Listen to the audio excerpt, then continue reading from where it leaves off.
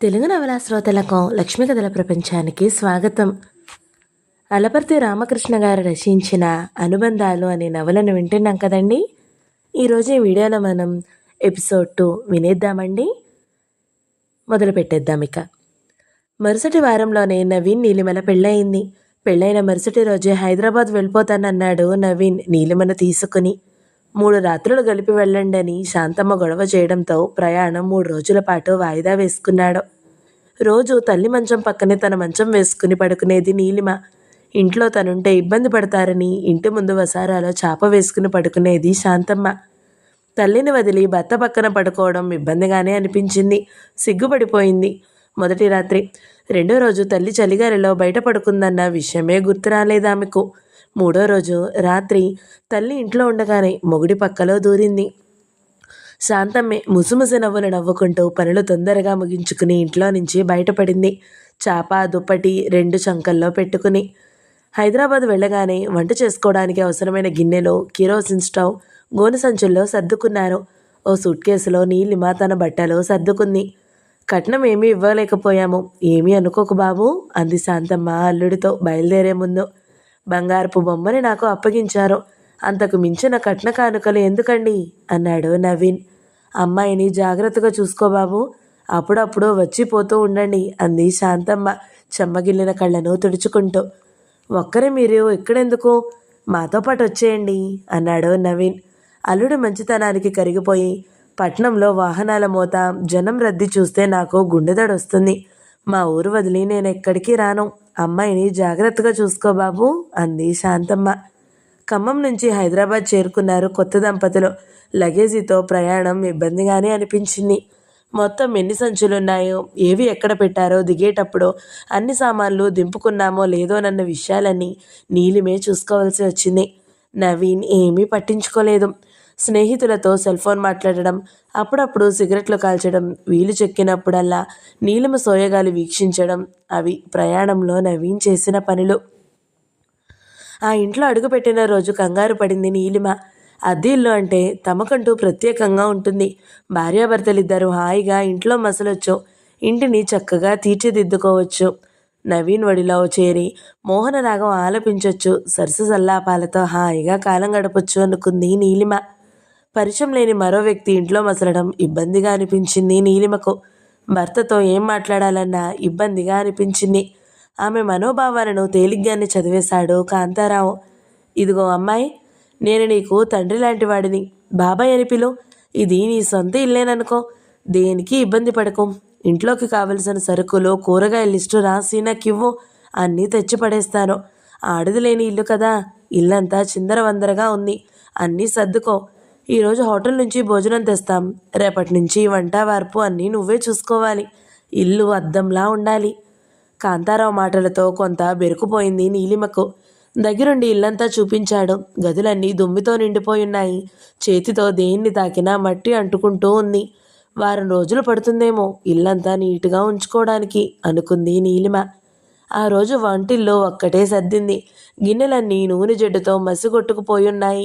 వంటింటి కిటికీ తలుపు మీద కూడా నూనె చింది జిడ్డు మరకలు ఏర్పడ్డాయి. మా ఆవిడ ఉన్నప్పుడు ఇల్లు కలకల్లాడుతూ ఉండేది. ఇంటి వెనక పెరట్లో కూరగాయ మొక్కలు పెంచేది. కొన్నాళ్ళు పాడిగేదెను కూడా మేసింది. కోళ్లను పెంచింది. మా వాడు బీటెక్ చదివి అమెరికా వెళ్ళాడంటే ఆవిడ చేతి చలవే. మనిషి గుండ్రాయిలా నిక్షేపంలా ఉండేది. 2 ఏళ్ల క్రితం క్యాన్సర్ వచ్చి మనిషి 3 నెలల్లో డొల్ల చేసింది.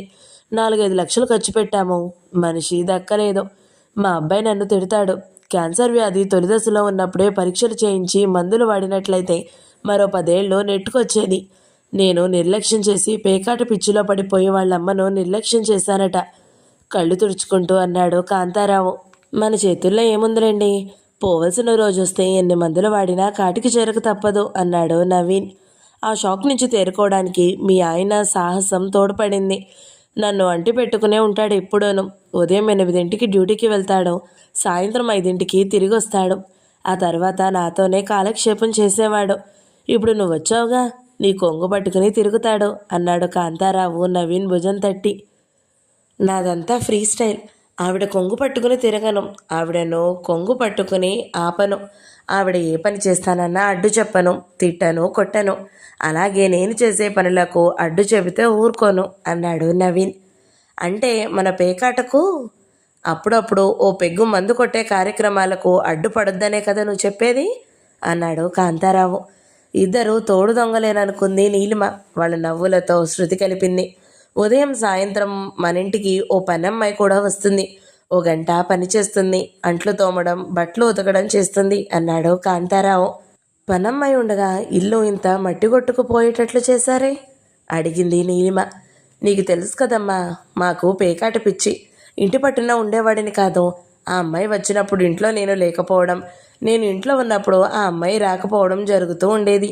ఇక నువ్వు వచ్చావుగా, ఇల్లు పరిశుభ్రంగా ఉంచుకో అన్నాడు కాంతారావు. బెడ్రూమ్లు చూపించాడు. 2 బెడ్రూముల మధ్య ఓ తలుపు ఉంది. ఆ తలుపుకు కన్నాలు కనిపించాయి. ఈ బెడ్రూమ్ మీకు, అవతల బెడ్రూమ్ నాది అనేసి ఏదో పని ఉన్నట్లు హడావిడిగా బయటకు వెళ్ళిపోయాడు కాంతారావు. మా కాంతారావు మామ బయటకు ఎందుకు వెళ్ళిపోయాడో తెలుసా అడిగాడు నవీన్. తెలీదన్నట్లు తల అడ్డంగా తిప్పింది నీలిమ. కొత్తగా పెళ్ళైన జంటకి ఆకలి ఉండదు, దాహం ఉండదు. ఆ సంగతి గుర్తుకు వచ్చి బయటకు వెళ్ళిపోయాడు. మరో గంట గడిచాక గాని మళ్ళీ ఇంటికి రాడు అంటూ తలుపులు వేశాడు నవీన్. ఈ గదిలో మనం మాట్లాడుకునేవి అవతల గదిలో పడుకున్న వాళ్ళకి వినిపిస్తాయేమో అంది నీలిమ అతని కౌగిలిలో ఒదిగిపోతూ. వినిపించినా నష్టం లేదులే, గత స్మృతిలో నెవరేసుకుంటాడు ఆమె బుగ్గలపై ముద్దుల వర్షం కురిపిస్తూ అన్నాడు నవీన్. నీలిమ అనుకున్నట్లుగానే పక్క గదిలో పడుకున్న కాంతారావు దగ్గు వినిపిస్తూ ఉంది. భర్తకు దూరంగా జరిగి పడుకుంది. దగ్గు వినిపించినప్పుడు ఆ రాత్రి నిద్ర పట్టలేదు. గదిలో ఉంది ఒక్కటే మంచం. అది పాత మంచం అవడంతో ఇటు అటు కదిలినప్పుడల్లా కిర్రు కిర్రమంటూ చప్పుడయ్యేది. ఆ చప్పుడు కాంతారావుకు ఎక్కడ వినిపిస్తుందోనని సిగ్గుతో కుచించుకుపోయేది. తల్లి, ఆశ్రమంలోని పిల్లలు గుర్తుకొచ్చారు. ఒకసారి వెళ్ళి చూసి రావాలి అనిపించింది. నవీన్కు చెబితే, ఒక్కరోజుకే మీ అమ్మ మీద, మీ ఊరి మీద బెంగ మొదలైందా అంటూ ఆట పట్టిస్తాడేమో అనుకుంది. నవ్వుకుని భర్తకు దగ్గరగా జరిగి పడుకుంది. ఉదయం 8 గంటలకే తను పనిచేసే టాటా మోటార్స్ కంపెనీకి వెళ్ళాలి నవీన్. 5 గంటలకే లేచి అతనికి భోజనం రెడీ చేయాల్సి వచ్చింది. బెండకాయలు ఎగురు, కోడిగుడ్డు పులుసు చేసి టిఫిన్ క్యారియర్పై గిన్నెల్లో సర్దింది. కింద గిన్నెలో పెరుగన్నము పెట్టింది. నవీన్కు చాలా సంతోషంగా ఉంది. చిరునవ్వులు చిందించే శ్రీమతి పక్కన ఉండడం, వంట చేసే ఇబ్బంది తప్పడం, ఇంటి అద్దె చెల్లించే అవసరం లేకపోవడం, ఇంట్లోకి అవసరమైన కిరాణా సరుకులు, కూరగాయలు తెచ్చే బాధ్యత కాంతారావు నెత్తిమీద వేసుకోవడం అతనికి అమితమైన సంతోషాన్ని కలిగించాయి. ఎటొచ్చి నీలిమకే ఇబ్బందులన్నీ ఎదురవుతున్నది. ఉదయం 10 గంటలకు కానీ కాంతారావుకు నిద్ర లేచే అలవాటు లేదు. అతని కోసం ఉప్మా చేసి కాఫీ కలిపి ఫ్లాస్క్లో పోసి ఉంచింది. నిద్రలేచి టిఫిన్ చేశావా అని అడిగాడు. ఉప్మా చేశాను బాబాయ్ అంది నీలిమ. ఉప్మా నేను తినను. ఈ పూటకి బ్రెడ్ మీద ఉప్పు కారం కొద్దిగా చల్లి పెనం మీద నేతి చుక్క వేసి బ్రెడ్ వేయించు. రేపటి నుంచి పూరి గాని దోశ గాని చేద్దు అన్నాడు కాంతారావు. అతనే చెప్పినట్లుగానే చేసింది. ఫ్లాస్క్లోని కాఫీ కప్లో పోసి అతనికి అందించింది. కాఫీ చల్లబడిపోయిందమ్మాయి, బాగా వేడిగా ఉండని నాకు కాఫీ కప్పు తిరిగిచ్చేస్తూ అన్నాడు. మళ్ళీ కాఫీ వెచ్చబెట్టిచ్చింది. ఈరోజు వంటేం చేయబోతున్నావు కాఫీ చప్పరిస్తూ అడిగాడు.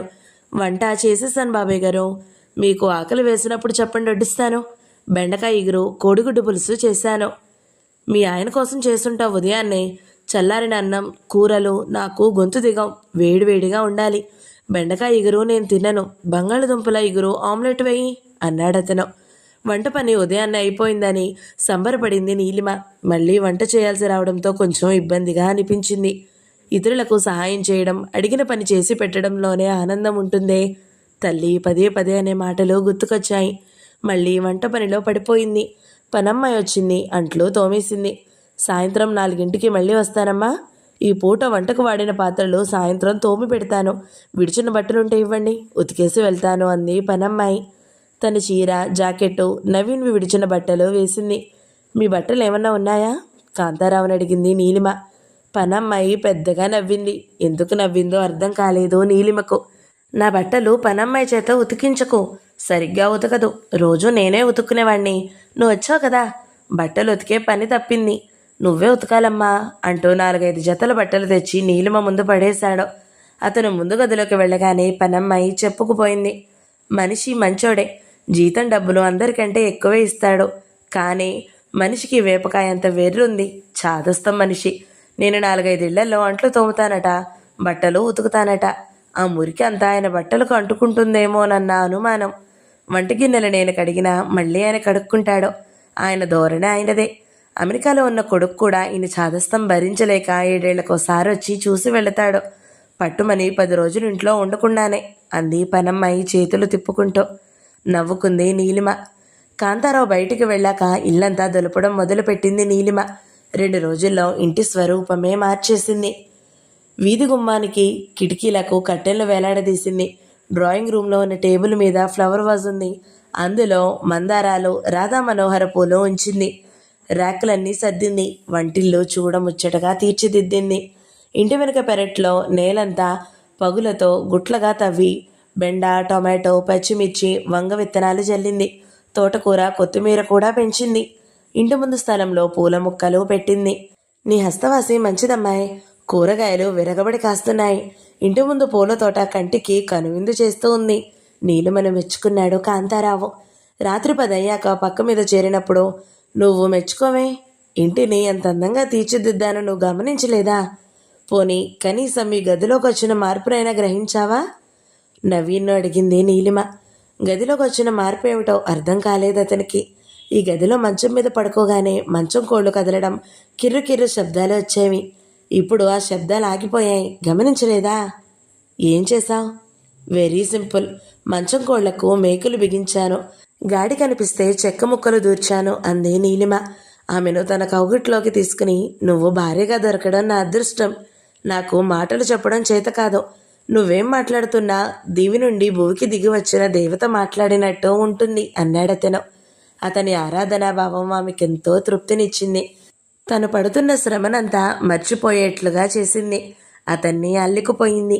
ఆమె తల్లోని మల్లెపూల పరిమళం అతన్ని చుట్టుముట్టేసింది. కాంతారావు అప్పుడప్పుడు దగ్గిన పట్టించుకునే స్థితిలో లేరు వాళ్ళిద్దరూ. కొత్త బట్టలు వేసుకుని చేతిలో చాక్లెట్ డబ్బాతో ఇంట్లోకి వస్తున్న 10 ఏళ్ల పాపకేసి తేరిపార చూసింది నీలిమ. పసిడి రంగు శరీర ఛాయ, మొహంలో కళ. పొడుగ్గా ఉన్న ఆ పాప చూడముచ్చటగా ఉంది. కాంతారావు తాతగారు లేరా? అడిగింది ఆ పాప. బయటికి వెళ్ళారు. నీ పేరేమిటి? సరిత. ఈరోజు నా బర్త్డే అక్క. డబ్బాలో నుంచి చాక్లెట్ తీసి నీలిమకు ఇచ్చింది. పుట్టినరోజు శుభాకాంక్షలు. నిండు 100 ఏళ్ళు వర్ధిల్లు అంది నీలిమ ఆ పాప తల మీద చేయి వేసి నిమురుతో. నా డ్రెస్ ఎలా ఉందక్కా? నువ్వు వేసుకున్న ఆకుపచ్చలంగా జరి అంచుతో చాలా బాగుంది. జాకెట్ మీద ఎంబ్రాయిడరీ అల్లిక కూడా బాగుంది. మా అమ్మే కుట్టింది. మా ఇంట్లో కుట్టు మిషన్ ఉంది. మీ ఇల్లు ఎక్కడా? మీ ఇంటి పక్కనే, రండి చూపిస్తాను. చెయ్యి పట్టుకుని లాక్కెళ్ళింది సరిత. గుమ్మం దగ్గర 6 ఏళ్ల అబ్బాయి కనిపించాడు. నీలిమను చూసి సిగ్గుపడి లోపలికి పరిగెత్తాడు. లాగు ఉంచుకోడక్క, లాగు వేసుకోమని 10 సార్లు చెప్పినా వినిపించుకోడు అంది సరిత ఇంట్లో వాళ్ళమ్మ కోసం కళ్ళతో వెతుకుతూ. ఇంట్లో మీ అమ్మగారు లేనట్టుంది. మరోసారి వస్తాలే పాప అంది నీలిమ. పెరట్లో ఉన్నట్టుంది. ఇంటి వెనుక వైపు వెళ్దాం రండి. పెరట్లోకి తీసుకువెళ్ళింది నీలిమను.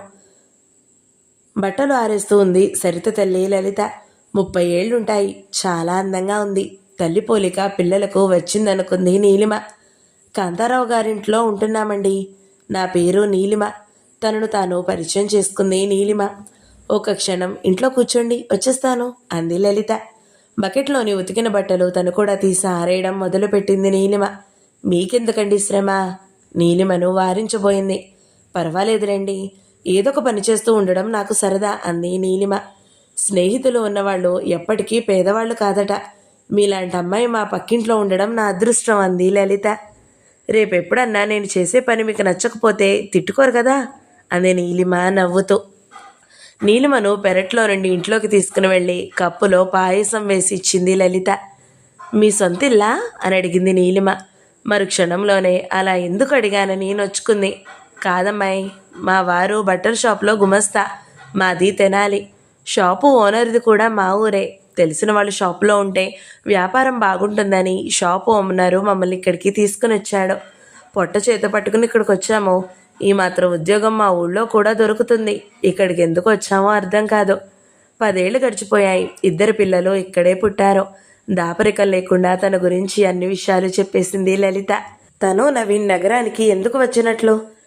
పల్లెటూళ్ళ నుంచి చిన్న చిన్న పట్టణాల నుంచి నగరాలకు ఉపాధి కోసం, ఉద్యోగాల కోసం ఉరుకులు పరుగుల మీద జనం వచ్చేసి నగరం మీద ఒత్తిడి పెంచేస్తున్నారు. అక్కడే ఉపాధి అవకాశాలు కల్పిస్తే నగరాలకు వలస తగ్గిపోతుంది కదా అనుకుంది నీలిమ. పావుగంట వాళ్ళ ఇంట్లో గడిపి వెళ్ళిపోయింది నీలిమ. ఇంటి ముందు సైకిల్ స్టాండ్ వేసి కూరగాయల సంచి తీసుకుని ఇంట్లోకి వచ్చాడు రంగారావు. కూరగాయలు ఇప్పుడు తెచ్చారు, వంట ఎప్పటికవుతుందో అంది లలిత. నిదానంగా వంట చేసుకో, పులిహోర పాయసం చేసావు కదా అనేసి షాపుకు వెళ్తాను, మా ఓనరు తొందరగా రమ్మన్నాడు అన్నాడు రంగారావు. సరిత వచ్చి రంగారావు ఒళ్ళో చేరింది. నానా, నా పుట్టినరోజు బహుమతి ఏం తెస్తావు అడిగింది సరిత. నీకేం కావాలి తల్లి కూతుర్ని అడిగాడు.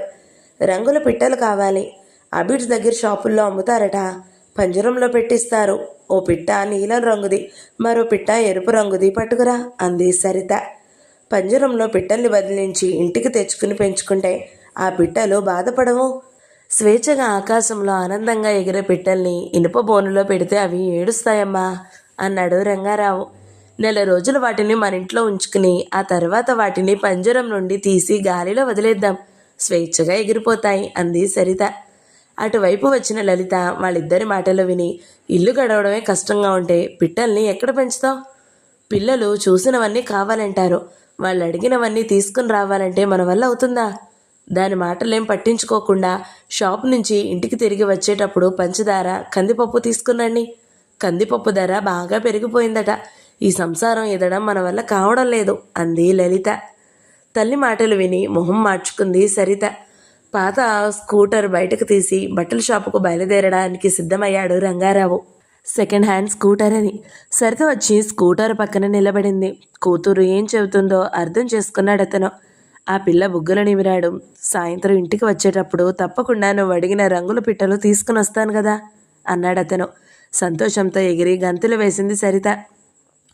సరిత తమ్ముడు పరిగెత్తుకొచ్చాడు అక్కడికి. నేను వత్తా అంటూ స్కూటర్ వెనక సీటు మీద కూర్చున్నాడు శివుడు. షాపుకు వెళ్ళే టైం అయింది నాన్న, రేపు నేను స్కూటర్ మీద ఎక్కించి తిప్పుతా కదా, దిగమ్మా కొడుకును బ్రతిమలాడాడు రంగారావు. నోట్లో వేలేసుకుని అలాగే కూర్చున్నాడు శివుడు. నువ్వు చెబితే వింటాడు తల్లి, వీడిని తీసుకుని ఆడించమ్మా కూతుర్ని బ్రతిమలాడాడు. నా కొత్త బట్టలు పాడు చేస్తాడు అంది సరిత. అలా అనకూడదమ్మా, తమ్ముడి కంటే నీ కొత్త బట్టలు ఎక్కువ కాదు, బట్టలు మురికైతే ఉతుక్కోవచ్చు, ముద్దులు మూటగట్టే తమ్ముడిని ఆడించడంలో ఆనందం ఉంటుంది. నీ తమ్ముడిని ఒక్క క్షణం కూడా నువ్వు వదిలిపెట్టకూడదు, వాడి మంచి చెడులన్నీ నువ్వే చూసుకోవాలి తల్లి అన్నాడు రంగారావు. శివుడికి 6 ఏళ్ళు వచ్చినా మానసికంగా ఎదగలేదు, మాటలు సరిగ్గా రావు. అరటిపండు చేతికిస్తే పండు కింద పడేసి తొక్క తినేస్తాడు, కింద పడిన వేరుశనక్కాయలు తొక్కలు ఏరుకుని తినేస్తాడు. ఒంటి మీద బట్టలు ఉంచుకోడు, ఇంట్లో వస్తువులన్నీ పగలగొడతాడు ఒక్క క్షణం వాణ్ణి గమనించకపోతే. తండ్రి చెప్పిన మాటలకు తలూపింది సరిత. రంగారావు వెళ్ళిపోయాడు, షాపుకు కాదు తిరిగి రాని లోకానికి. కొత్తపేట దగ్గర ఇసుక లారీ రంగారావు స్కూటర్ను ఢీ కొట్టింది. ఎగిరి రోడ్డు పక్కన పడ్డాడు. తలకు బలమైన గాయం తగలడంతో యాక్సిడెంట్ జరిగిన చోటే ప్రాణాలు గాలిలో కలిసిపోయాయి. శవాన్ని ఉస్మానియా ఆసుపత్రికి తీసుకుని వెళ్లారు పోస్ట్మార్టం చేయడానికి. రంగారావు జేబులో సరిత స్కూల్ ఫీజు కట్టిన రసీదు ఉంది.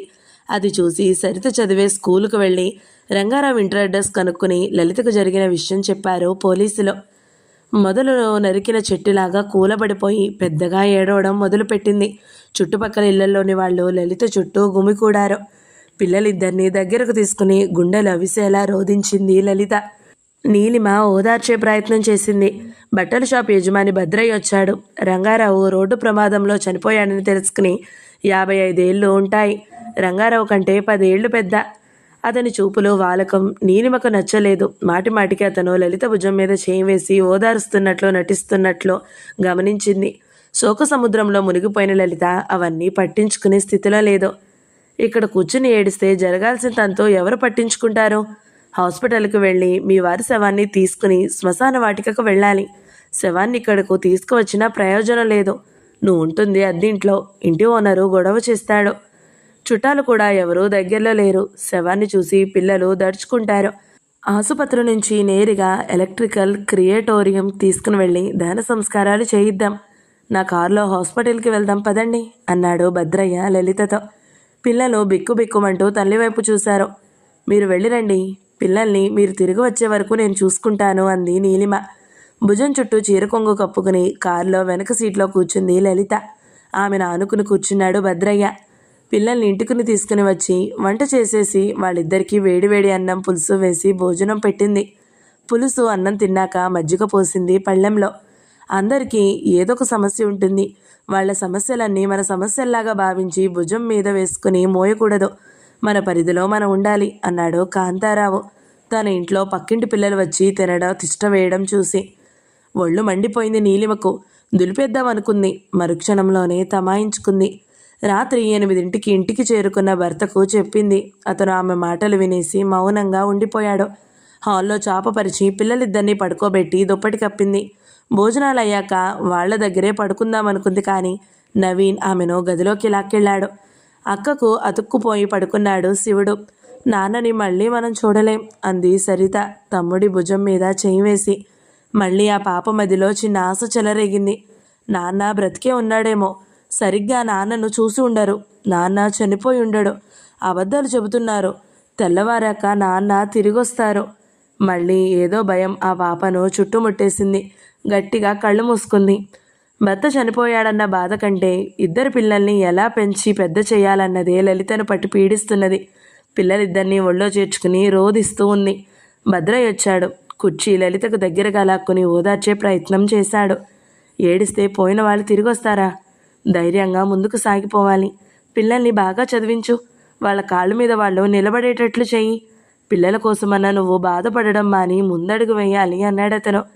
నాకు వెనక ముందు ఎవరూ లేరు. మా ఊరు వెళ్ళినా పలకరించే దిక్కు లేదు. మా అమ్మ నాన్నలు ఎప్పుడో చనిపోయారు. ఏదన్నా ఉద్యోగం చేద్దామనుకుంటే చదువు లేదు. ఈ పిల్లల్ని ఎలా పెంచి పెద్దవాళ్ళని చేయాలి అంది లలిత. నేనున్నాను కదా, మీరేం భయపడాల్సిన అవసరం లేదు అంటూ జేబులో నుంచి సిగరెట్ ప్యాకెట్ బయటకు తీశాడు. జేబులు తడుముకున్నాడు అగ్గిపెట్టె కోసం.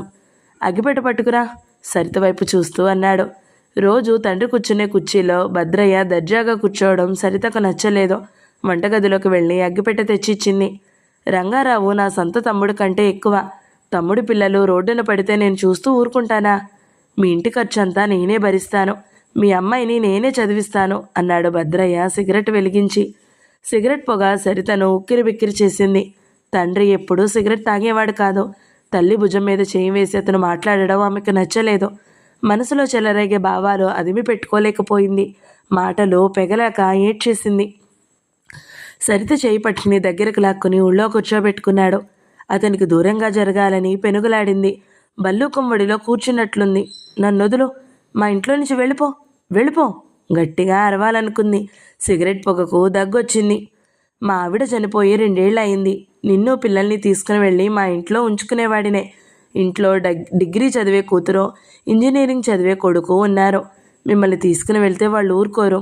రోజు నేనే మీ ఇంటికి వచ్చిపోతూ ఉంటాను.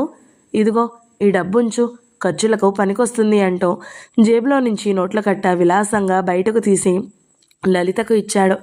తటపటాయిస్తూ ఆ డబ్బు అందుకుంది లలిత. అతని దగ్గర తల్లి డబ్బు తీసుకోవడం సరితకు నచ్చలేదు. నీకు పిల్లలకు ఏ లోటు రాకుండా నేను చూస్తానులే. నీ సహాయం వద్దు, నువ్వు వద్దు. ముందు ఇంట్లో నుంచి బయటకు నడు. 4 ఇళ్లలో పని చేసుకుని బ్రతుకుతాం నేను నా పిల్లలు అని తల్లి గట్టిగా అరుస్తుందేమోనని ఊహించింది సరిత. లలిత మౌనంగా భద్రయ్య వైపు చూస్తూ ఉండిపోయింది. కాంతారావు ఒంటికి కారం పూసుకుని మాట్లాడుతున్నట్లుంటుంది. ప్రతిదానికి చిరాకు పడతాడు. అంతా పేచీల వ్యవహారమేననుకుంది నీలిమ. ఎక్కడి నుంచో లీటర్ జున్ను పాలు తెచ్చాడు. జున్నంటే ఇష్టం ఆయనకు. అమ్మాయి, పాలు బాగా కాగాక బెల్లం వెయ్యి, మిరియాలు యాలక్కాయలు వెయ్యి, మంచి వాసన వస్తుంది. జున్ను మీ ఆయనకు కూడా ఉంచు. రాత్రి ఇంటికి తిరిగొచ్చాక తింటాడు. చెప్పిందే 10 సార్లు చెప్పాడు నీలిమకు. పాలు పొయ్యి మీద పెట్టి సరిత పిలిస్తే ఇంట్లో నుంచి బయటకు వచ్చింది. సరిత వాళ్ళింట్లో సన్నజాజి పందిరుంది. గిన్నెలో పూలు కోసుకుని నీలిమకు తెచ్చిచ్చింది. భద్రయ్య వచ్చి మీ ఇంట్లోనే తిష్ట వేశాడా? సరితను అడిగింది నీలిమ. రోజూ వస్తున్నాడు. ఎప్పుడు మా అమ్మ చుట్టూ తిరుగుతూ ఉంటాడు. రాత్రులు ఆ భద్రయ్య మా అమ్మ ఒకే గదిలో పడుకుంటున్నారు. మా అమ్మ నన్ను ఆయన్ని పెదనాన్నగారు అని పిలవమంటుంది. ఆయనేమో అంకుల్ అని పిలవమంటున్నాడు. అంకుల్ అనే పిలుస్తున్నాను. మాకేం కావాలన్నా ఆయనే తెచ్చిస్తున్నాడు అంది సరిత. లలిత కుటుంబం రోడ్డున పడకుండా ఆదుకున్నాడులే అనుకుంది నీలిమ. వాళ్ళిద్దరూ మాటల్లో పడిపోయారు. పొయ్యి మీద జున్నుపాలు సంగతే మర్చిపోయింది. పాలన్నీ మరిగి మరిగి గిన్నె నల్లగా మాడిపోయింది. ఇరిగిపోయిన పాలు నల్లటి పెచ్చులాగా గిన్నె అడుగు భాగంలో అతుక్కుపోయి ఉన్నాయి. బెడ్రూమ్లో పేపర్ చదువుతున్న కాంతారావుకు గిన్నె మాడిన వాసన వస్తుంది. పరుగున వంటింట్లోకి వచ్చి చూశాడు. ఇంట్లో నుంచి బయటకు వచ్చి గేటు దగ్గర నిలబడ్డ నీలిమ మీద ఎగిరిపడ్డాడు. బుద్ధి లేకపోతే సరి, పాలు పొయ్యి మీద పెట్టి గేటు దగ్గర మంతరాలు మొదలు పెట్టావా? జున్ను తినొచ్చని లొట్టలు వేసుకుంటూ గదిలో కూర్చున్నాను. పాలన్నీ పాడు చేశాం. ఏ తల్లి కన్నదో ఈ మహాతల్లిని, మమ్మల్ని ఇబ్బంది పెట్టడానికి ఇక్కడ దాపరించింది అనేశాడు కాంతారావు విసురుగా. నీలిమకు దుఃఖం పొర్లుకొచ్చింది. ఏడుస్తూ తన గదిలోకి వెళ్ళిపోయింది. రాత్రి 9ంటికి నవీన్ ఇంటికి చేరుకున్నాడు. మంచం మీద బోర్లా పడుకుని నీలిమ ఎందుకు ఏడుస్తుందో అర్థం కాలేదు అతనికి. ఆమె బుగ్గల మీద ముద్దు పెట్టుకుని, రాణిగారికి దిగులు ఎందుకో, రేపు మాకు సెలవు, రోజంతా నీతోనే గడుపుతాను, రేపు సినిమాకి వెళ్దాం అన్నాడు నవీన్. ఏడుపు దిగమింగుకుని, చిన్నప్పటి నుంచి ఎవరితో చిన్న మాట పడలేదు. నేను ఎన్నిసార్లు పాలు పారబోసినా, గాజు గ్లాసులు పింగాణి పాత్రలు పగలగొట్టినా మా అమ్మ ఒక్క మాట అనలేదు. చిన్న పొరపాటుకు ఇంట్లోని పెద్ద ఆయనతో మాట పడాల్సి వచ్చింది అంది నీలిమ. జరిగిన విషయం వివరంగా భర్తకు చెప్పింది. కాంతారావు మీద కోపం వచ్చింది నవీన్కు. దూకుడుగా కాంతారావు దగ్గరికి వెళ్ళి, నీ నోటికి ఇష్టం వచ్చినట్టు మాట్లాడతావా?